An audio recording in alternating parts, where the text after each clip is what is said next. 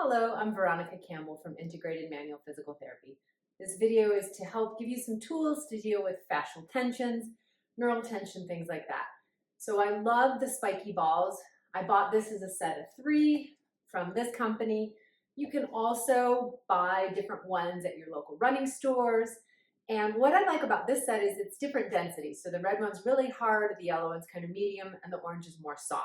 So it can be used on different tissues and for different reasons. For example, the red one you can use in like big meaty areas like your hamstrings, your quads, your glutes where there's a lot of muscle holding.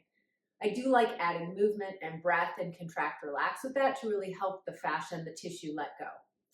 The yellow one I'm going to demonstrate with, I like this one the best because it's sort of this medium density and the little spikes can really help get between the fascial layers.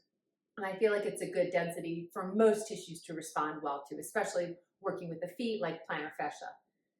The orange one, if the tissue is more sensitive, more delicate, like working with feet, but you have a neuropathy, something like this might be a little more gentle, or the tissue is just a little more sensitive. So keep in mind there's different balls with different densities. For the sake of this demonstration, I'll use the yellow one.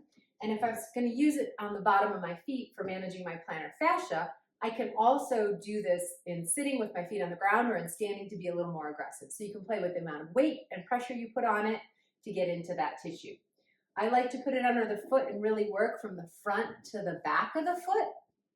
I can also work on the inner edge and the outer edge and really spreading my toes. So if I had more weight on it, I could really use the weight of my body to spread my toes apart to really help massage that entire plantar aspect of the foot, the plantar fascia and the plantar nerves. You can also use it under the Achilles a little bit more, so you can start to roll that leg out and have that leg out and roll into the Achilles, moving it up further into the calf.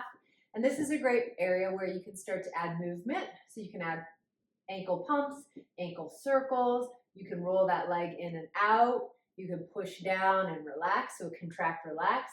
And you can continue moving all the way up into your hamstrings with this area to work on the hamstrings and sciatic nerve as well.